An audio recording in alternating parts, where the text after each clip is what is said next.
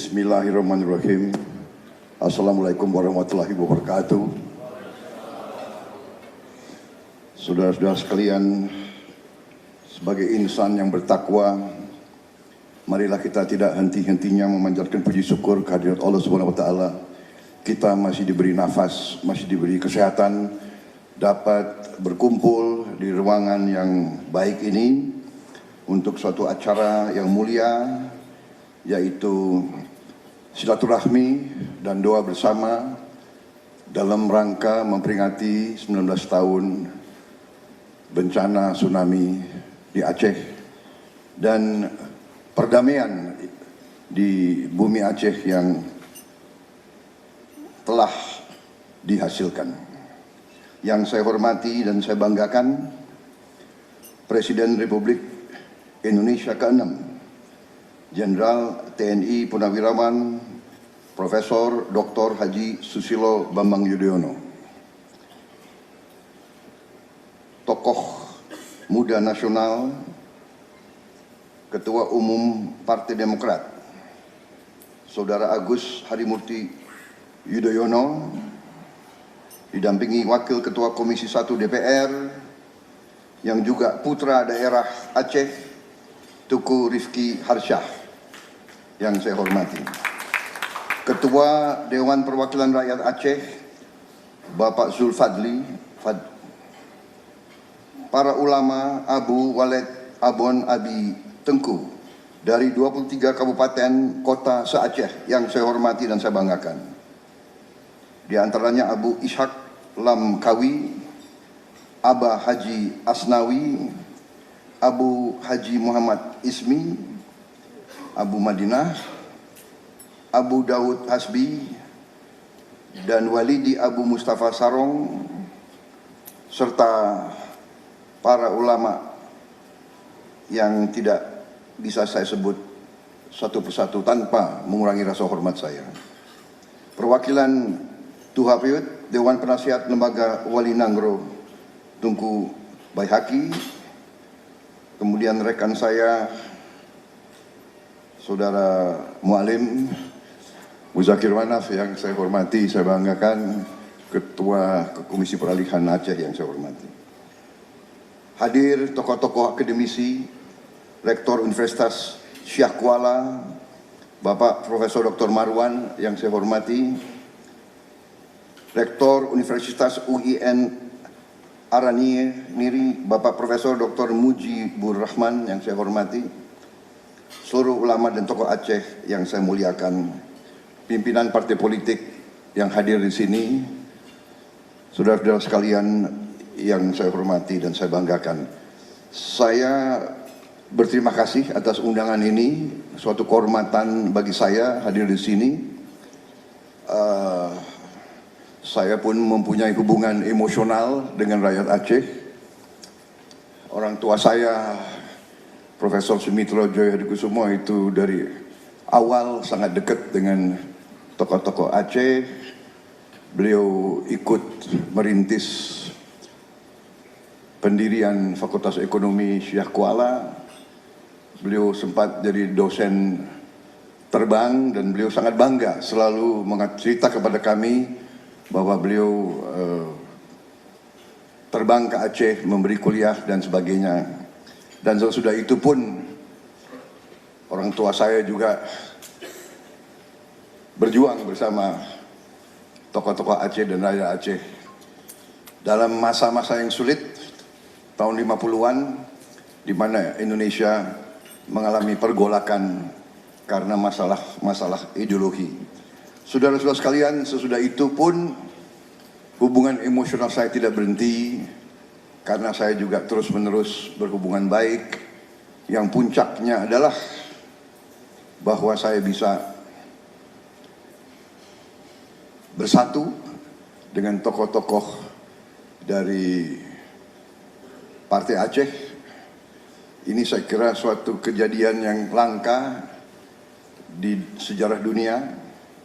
Saya mantan Panglima di TNI, Panglima Kostrat, kemudian Jenderal Kopassus, Pak Muzakir Manaf, mantan Panglima, pasukan Aceh. Kok kita bisa bersatu? Ini yang di luar pemikiran banyak orang kalau dibuka sejarah dunia ini susah, Pak SBY, mungkin langka. Saya pun tidak mengerti kok bisa terjadi begitu. Pertemuan saya pertama dengan Pak Muzar Kemanaf sungguh lucu, karena dua tokoh yang pernah berseberangan, waktu ketemu tidak ada satu kata pun yang keluar dari mulut kita. Beliau tidak keluar kata-kata, saya tidak keluar kata-kata.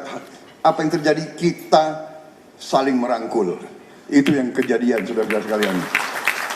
Jadi ini yang membuat saya selalu emosional kalau saya datang ke Aceh ini. Yang juga puncaknya waktu pemilihan presiden yang lalu, di sini salah satu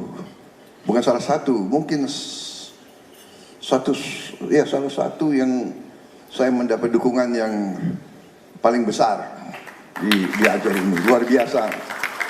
Dan saya harus minta maaf bahwa saya sudah kalah. Saya belum ke Aceh. Kenapa? Saudara-saudara harus tahu, ya sekarang Mas AHY baru tahu, Pak SBY ya, Mas AHY tahu menjadi pimpinan partai politik di Indonesia sungguh sangat berat. Apalagi kalau tidak dalam posisi berkuasa, ya kan?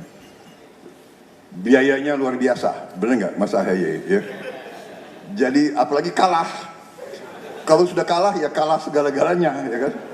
Alias kalau bahasa orang Jakarta, bokek. Jadi kita, karena siapa yang mau dukung pihak yang kalah dan sebagainya. Tetapi selalu dalam hati saya sama dengan Pak SBY, saya berpikir bagaimana saya bisa balas budi rakyat Aceh. Itu pemikiran saya. Jadi waktu saya Menteri Pertahanan, saya sudah merencanakan, dan saya setiap kali di Jakarta berurusan dengan tokoh-tokoh Aceh, saya berusaha di DPR bagaimana bisa membantu rakyat Aceh, masalah tanah dan sebagainya. Dan sebetulnya saya sudah menyiapkan anggaran, saya sudah merencanakan untuk membangun sebuah politeknik unggulan di Aceh. Jadi tadinya saya ingin groundbreakingnya sekarang ini, tapi memang masih memerlukan proses. Tapi itulah, sebagai seorang pimpinan, yaitu merasa dalam posisi pemimpin, kita merasa kalau datang tanpa membawa suatu ucapan nyata sebagai balas budi, rasanya malu. Jadi saya minta maaf, saya ingin datang dengan memberi sesuatu sebagai ungkapan balas budi saya kepada rakyat Aceh. Itu yang ingin saya lakukan. Tetapi alhamdulillah hari ini saya diundang Pak SBY, saya bisa hadir di sini ikut serta untuk memperingati acaranya begini penting. Kita bersyukur Aceh dalam keadaan damai dan telah bangkit dari tragedi tsunami yang luar biasa. Dan di situ kita melihat kepemimpinan luar biasa dari Pak SBY. Waktu itu beliau kalau tidak salah baru menjabat presiden, saya kira belum sampai 1 tahun Pak. 2 bulan Pak. 2 bulan sudah dihadapi dengan krisis yang luar biasa. Tadi bukan krisis Indonesia, krisis dunia. Tapi alhamdulillah beliau bisa mengatasi, memimpin semua usaha, suatu pekerjaan yang luar biasa, ya. Dan kita merasakan sekarang hasil dari leadership beliau. Itulah dikatakan prestasi kebaikan seorang pemimpin baru akan diketahui sebenar-benarnya sesudah beliau tidak berkuasa lagi. Dan ini saya kira yang kita lihat sekarang, peran Pak SBY, jasa-jasa beliau tidak untuk Aceh saja tapi untuk seluruh Indonesia, mulai rakyat merasakan. Karena saudara-saudara sekalian, perdamaian bukan suatu hadiah, bukan ibarat suatu buah yang jatuh dari pohon. Perdamaian adalah usaha yang sangat sulit. Perdamaian adalah upaya yang memerlukan jiwa besar, memerlukan kearifan, memerlukan upaya-upaya luar biasa, dan itulah telah dilakukan oleh Pak SBY, tokoh-tokoh Republik Indonesia lainnya, dan tokoh-tokoh, terutama tokoh-tokoh ulama Aceh, tokoh-tokoh pemuka-pemuka Aceh, intelektual Aceh, sehingga kita bisa mengatasi suatu keadaan yang tidak ringan juga, di mana pengaruh-pengaruh asing pun terasa.